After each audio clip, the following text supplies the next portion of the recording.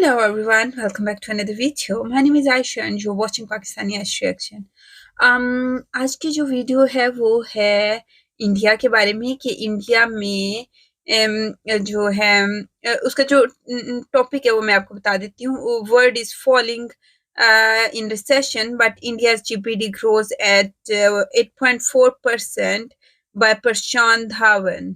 ये इसका टाइटल है, यानी कि पूरी दुनिया में जो है ना वो पूरी दुनिया डाउन जा रही है, जबकि इंडिया जो है ना वो बहुत तेजी के साथ तरक्की कर रहा है. 8.4 कम नहीं है, ये बहुत ज्यादा. अगर इसी तरह 8.4 ये हर साल जो है ग्रो करेगा तो इसका मतलब है कि 5-6 सालों के अंदर वो अमेरिका से भी ऊपर होगा. तो अभी आई थिंक ये टॉप 5 में है. तो ऐसा करते हैं, हम वीडियो देखते हैं, बातें हम बाद में करेंगे. ठीक है, अगर आपने अभी तक मेरे चैनल को सब्सक्राइब नहीं किया तो जल्दी से करें चैनल को subscribe and let's watch.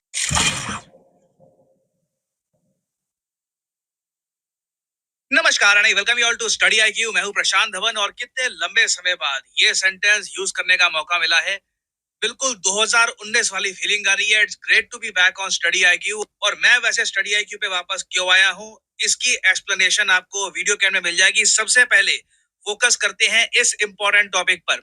Recently आपने देखा होगा पूरा अमेरिकन मीडिया, ना सिर्फ American media, obviously Indian media, उसके अलावा चाइनीज जापानीज मीडिया, सब लोग इस बात को डिस्कस कर रहे हैं कि जो भारत से एक्सपेक्टेशन थी कि इंडिया की जो थर्ड क्वार्टर की ग्रोथ रेट है ये ज्यादा खास नहीं होगी, एवरेज ही होगी, वो सारी एक्सपेक्टेशंस को बिल्कुल तोड़कर इंडिया ने पोस्ट करी है 8.4% की ग्रोथ. यहाँ पर आप देख पाएंगे India GDP growth accelerates to 8.4% in third quarter. सारी एक्सपेक्टेशंस को बीट कर लिया गया है और इसलिए पीएम मोदी ने भी स्पेसिफिकली इस टॉपिक पर ट्वीट करी थी. और अपनी ट्वीट में पीएम मोदी ने जो वर्ड्स यूज किए हैं ये बहुत ही इंपॉर्टेंट है. आप नोट कर पाएंगे, ये कह रहे हैं कि जो नंबर सामने आए हैं 8.4% जीडीपी ग्रोथ रेट का जो ये डेटा सामने आया है ये दिखाता है इंडियन इकोनॉमी की ताकत और हमारा पोटेंशियल. नाउ ताकत इसलिए दिखाता है क्योंकि हम एक ऐसे टाइम से गुजर रहे हैं जहां पर दुनिया में हर तीसरे चौथे महीने एक बड़ी इकोनॉमी, प्राइमरली G7 कंट्रीज की इकोनॉमी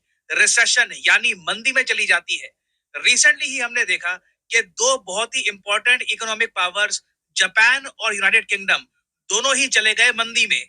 और वैसे मैं आपको बता दूं कि जब ये न्यूज सामने आई थी आज से कुछ दिन पहले कि जापान और यूके दोनों अब मंदी में जा चुके हैं. मंदी का मतलब बहुत ही सिंपल भाषा में ये समझ लो कि जहां पर इंडिया की जीडीपी ग्रो कर रही है ना, तीसरे क्वार्टर में हमने ग्रो किया 8.4%. जापान और यूके की जीडीपी लगातार 6 महीने से नेगेटिव ग्रोथ रेट दिखा रही है. मतलब इनकी इकोनॉमी जीडीपी ये सिकुड़ रही है. और जापान की आर्थिक मंदी की वजह से तो जापान अब दुनिया की चौथी सबसे बड़ी इकोनॉमी बन चुका है. नहीं तो इससे पहले जापान था थर्ड स्पॉट पे, अब ये लोग फिसल के आ चुके हैं फोर्थ स्पॉट पर. और अभी तो दुनिया भर के इकोनॉमिस्ट कह रहे हैं कि ये तो बस शुरुआत है, this is only the tip of the iceberg. अभी 18 टोटल और कंट्रीज हैं जो हो सकता है कि लंबे समय तक आर्थिक मंदी में चले जाए. नाउ मुझे यहाँ पर एक बात ऐड करनी पड़ेगी कि ऐसा नहीं है कि इनकी नेगेटिव ग्रोथ रेट बहुत ज्यादा खराब है कि 5% 6% नेगेटिव ग्रोथ रेट है. काफी जगह आप देखोगे 0.10%, 0.50% के आसपास नेगेटिव ग्रोथ रेट है, जो एक बार को आप करेक्ट भी कर सकते हो. मगर इंडिया के सामने प्रॉब्लम यह है कि अगर इन कंट्रीज में लगातार रिसेशन आ गई तो कहीं ना कहीं हमारे एक्सपोर्ट्स को चोट पहुंचेगी. हम 11.4 बिलियन डॉलर्स के एक्सपोर्ट्स करते हैं यूके को, जापान को करते हैं 5.5 बिलियन डॉलर्स के एक्सपोर्ट्स. जर्मनी भी हो सकता है कि आर्थिक मंदी की तरफ फिर से जा रहा हो और जर्मनी को भी हम 10 बिलियन डॉलर्स के एक्सपोर्ट करते हैं. तो जो आज के समय चैलेंजेस वर्ल्ड इकोनॉमी में खड़े हैं उस सब के बीच में सडनली जब इंडिया पोस्ट करता है ग्रोथ के नंबर्स 8.4%, तो पूरी दुनिया जेन्युइनली इंप्रेस होती है. और एक बार को यहाँ पे आप एक सवाल पूछ सकते हैं कि चलो ठीक है, ये तो हम बात कर रहे हैं तीसरे क्वार्टर की ग्रोथ रेट की, मतलब कि 3 महीने में हमने इतनी ग्रोथ रेट पोस्ट कर दी 8.4%. मगर पूरे साल का क्या? देखिए पूरे साल का जो अनुमान था ना, कई लोगों की जो एक्सपेक्टेशन थी कि इंडिया ग्रो करेगा पूरे फाइनेंशियल ईयर 2023-24 में 6.8% या फिर 6.7%, वो सारी प्रेडिक्शंस धराशायी हो चुकी हैं. अब दुनिया के बड़े बड़े फाइनेंशियल हाउसेस खुलकर कह रहे हैं कि हमारे हिसाब से अभी जो फाइनेंशियल ईयर चल रहा है ना, जो 31 बहुत मार्च को खत्म होगा, उसमें इंडिया की जो टोटल ग्रोथ रेट है अब हम मान के चल रहे हैं 7.8% पहुंच जाएगी। और अगर यहाँ पे आपका सवाल है, वेट वेट, 3 महीने में ग्रो किए 8.4%, पूरे साल की ग्रोथ रेट होगी 7.8%, ये क्यों? ये थोड़ा सा सरल भाषा में आपको समझाता हूं कि यहाँ पर हो क्या रहा है। एज ऑफ नाउ पूरी दुनिया वेट कर रही है एक डेटा का। डेटा इस बात का कि इंडिया ने 1 अप्रैल 2023 और 31 मार्च 2024 के बीच में जीडीपी ग्रोथ कितनी करी थी, ये पता लगाना काफी इंपॉर्टेंट है। अभी के लिए मैं आपको बताऊं, ये साल इंडिया के लिए इकोनॉमिकली मैजिकल रहा है। मैजिकल वर्ड ही मैं यूज करूंगा, क्योंकि अगर हम बात करें पहले क्वार्टर की, क्योंकि फाइनेंशियल ईयर को एक साल में 12 महीने होते हैं, तो इन्हें हम 4 भागों में डिवाइड कर देते हैं, 4 क्वार्टर्स में। तो जो पहला क्वार्टर था, मतलब अप्रैल से लेकर जून 2023 का जो टाइम था, उसमें इंडिया की ग्रोथ रेट थी 8.2%। फिर अगला क्वार्टर आया, उसमें 8.1% की ग्रोथ रेट। सब लोग मानकर चल रहे थे चलो 2 क्वार्टर अच्छे चले गए, तीसरा क्वार्टर तो मतलब ही नहीं है कि यहाँ पे इंडिया ग्रोथ दिखा दे, स्पेशली जब यूके जापान मंदी में जा चुके हैं। कैसे हम लोग अक्टूबर दिसंबर में ज्यादा ग्रो करेंगे, मगर इंडिया ने दुनिया को शॉक किया है। और इसलिए आप देखोगे दुनिया भर में ये वर्ड यूज किया जा रहा है, एवरीवन इज सरप्राइज्ड, क्योंकि 8.4% जो ये ग्रोथ है ना, ये क्वार्टर 1 और क्वार्टर 2 दोनों से ज्यादा है। और अगर क्वार्टर 3, जो आखिरी 3 महीने हैं इस फाइनेंशियल ईयर के, मतलब के ये जनवरी से लेकर मार्च तक का जो टाइम है, इसमें ग्रोथ रेट अगर हमारी फिर से 7.8 या उसके आसपास चली गई तो कोई बड़ी बात नहीं है। पूरे साल में जो हमारी जीडीपी ग्रोथ रेट है, ये 8% के ऊपर जा सकती है, इसकी संभावना बनी हुई है। ये जय इंडिया जी। के लिए एक बहुत ही ज्यादा अच्छा रिजल्ट होगा। और काफी बार मैं जेन्युइनली फील करता हूँ कि ये जो नंबर्स मैं आपको बताता हूँ ना, कहते हैं ये इतने क्वार्टर में हमने इतनी ग्रोथ रेट करी है, इन नंबर से, इस लैंग्वेज से काफी बार आम व्यूअर इस बात को जेन्युइनली अप्रिशिएट नहीं कर पाता, जेन्युइनली समझ नहीं पाता कि सच में ये कितनी बड़ी बात है। अगर मैं आपको दिखाऊं कि चाइना की ग्रोथ रेट कितनी रही थी साल 2023 में, तो इनका जो फाइनेंशियल ईयर है, बाय द वे चाइना का, ये लोग जनवरी से दिसंबर में अपना जो फाइनेंशियल ईयर है वो मान के चलते हैं, तो इनकी जो ग्रोथ रेट है ये 5.2% रही थी। इंडिया 8% को देख रहा है।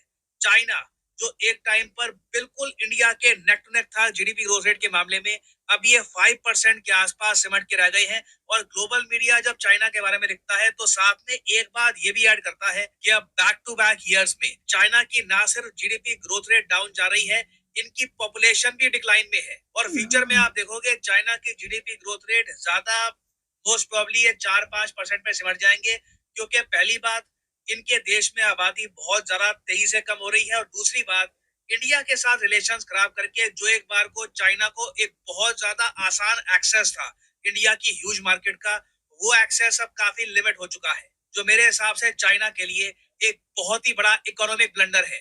और मुझे ना यहाँ पर एक बहुत ही इंपॉर्टेंट कॉन्सेप्ट भी क्लियर करना होगा। मुझे पता है आप में से कई लोग ना ये क्वेश्चन पूछ रहे होंगे कि ठीक है परफॉर्मेंस अबव एवरेज है, मगर 10% की ग्रोथ रेट कब आएगी? कब इंडिया का वो सुनहरा साल आएगा जब लगातार हम 10% ग्रो करेंगे? देखो अभी भी सरकार ने यही बोला है कि आने वाले 5-6 सालों तक इंडिया 8% के आसपास जो जीडीपी ग्रोथ रेट है ये रजिस्टर कर पाएगा। तो 10% को लेकर अभी सरकार भी इतनी ज्यादा एंथुसियास्टिक नहीं दिख रही। मगर आपने एक बात नोट करी होगी, अगर आप इंटरनेट पे जाते हैं, आप आर्टिकल्स एक्सप्लोर करते हैं, तो वहां पे कई जगह लिखा होता है कि नहीं जी, इंडिया ने तीसरे क्वार्टर में 10.1% की जीडीपी ग्रोथ रेट करी है दर्ज। अब ये देखकर कई लोग कंफ्यूज हो जाते हैं कि ये 10.1% क्यों लिखा हुआ है। जीडीपी ग्रोथ रेट ये दो टाइप की होती है, एक रियल जीडीपी ग्रोथ रेट, दूसरी नॉमिनल जीडीपी ग्रोथ रेट। और जो ये नॉमिनल वाली जीडीपी ग्रोथ रेट है, ये हमेशा ज्यादा क्यों दिखती है? रीजन यहाँ पे बहुत ही सिंपल है। जो नॉमिनल जीडीपी ग्रोथ रेट है ना, इसमें हम इन्फ्लेशन को काउंट नहीं करते। यहाँ पे हम बिल्कुल रॉ नंबर्स यूज करते हैं, डॉलर टर्म्स में हम इकोनॉमी को देखते हैं, इन्फ्लेशन वगैरह सब भूल भाल के हम कैलकुलेट करते हैं जीडीपी ग्रोथ। ये वाले जो नंबर्स है, ऐसा नहीं है कि बिल्कुल बेकार है, ये तो अनफिल्टर्ड है, इनका कोई यूज नहीं है। जो इन्वेस्टर्स शॉर्ट टर्म के लिए इन्वेस्टमेंट करते हैं, उनके लिए नॉमिनल जीडीपी ग्रोथ के नंबर्स काफी इंपॉर्टेंट होते हैं। मगर दुनिया में जो बड़े इकोनॉमिस्ट होते हैं, जो आप कह लीजिए जो बड़ी रिपोर्ट्स में बनती है कि कंट्री की जीडीपी ग्रोथ रेट कितनी है, वो फोकस करती है रियल जीडीपी ग्रोथ पर। तो रियल जीडीपी ग्रोथ जो है वो जैसे मैंने आपको बताया 8.4% है तीसरे क्वार्टर की। इससे पहले के जो 2 क्वार्टर थे वहां पे हमने 8.2 और 8.1% की जो ग्रोथ रेट है ये करी थी रजिस्टर। ये जानना अच्छा। आपके लिए काफी इंपॉर्टेंट है ताकि आप कल को कंफ्यूज ना हो जाए। अब यहाँ पे अगर आप पूछ रहे हैं चलो ठीक है रियल जीडीपी ही सही, मगर हम लोग कहाँ जा रहे हैं? क्या हम कह सकते 1, हैं कि 2, फ्यूचर में एक 3, बड़ी न्यूज सुनने को मिलेगी? तो मैं आपको बता 5वें दूं नंबर हाँ। पे 2027 की शुरुआत में मोस्ट प्रोबेबली इंडिया जापान, पहले जर्मनी। जापान को बीट करेगा to um, become world fourth largest economy, क्योंकि जापान अब नीचे आ चुका है। उसके बाद आएगा नंबर जर्मनी का। और ये बात अब दुनिया भर में लिखी जा रही है। यहाँ पे आप देख पाएंगे फोर्ब्स का आर्टिकल है कुछ ही दिनों पुराना, फरवरी 23 का। ये इंडिया कह विल रहे हैं कि create India will become grow to become the world third largest economy by 2027। पहले इस ओह! बात को लेकर लोगों को संदेह था कि क्या हम ये कर पाएंगे, क्या 2028-29 का टाइम लग जाएगा, क्या इंडिया जेन्युइनली 2027 में ये अकॉम्प्लिश कर पाएगा।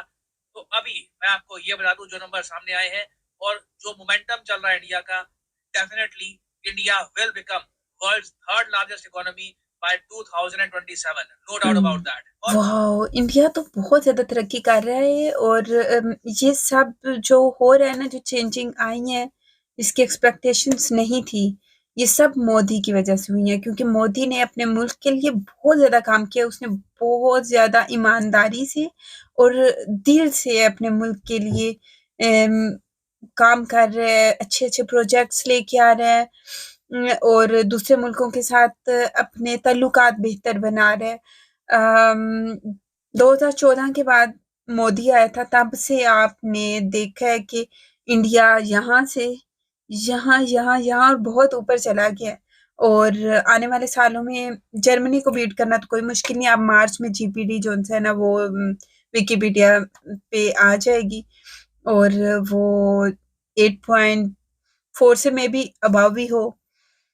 और अगर इंडिया में 8.4 भी एवरी ईयर आती रहे ना तो 3, 4, 5, 6 सालों में जर्मनी से भी ऊपर नहीं 3, 4, 5 सालों में वो अमेरिका से भी ऊपर जा सकता है। लेकिन फिलहाल जो है ना अगले साल में भी ये जो से जर्मनी को बीट कर ले।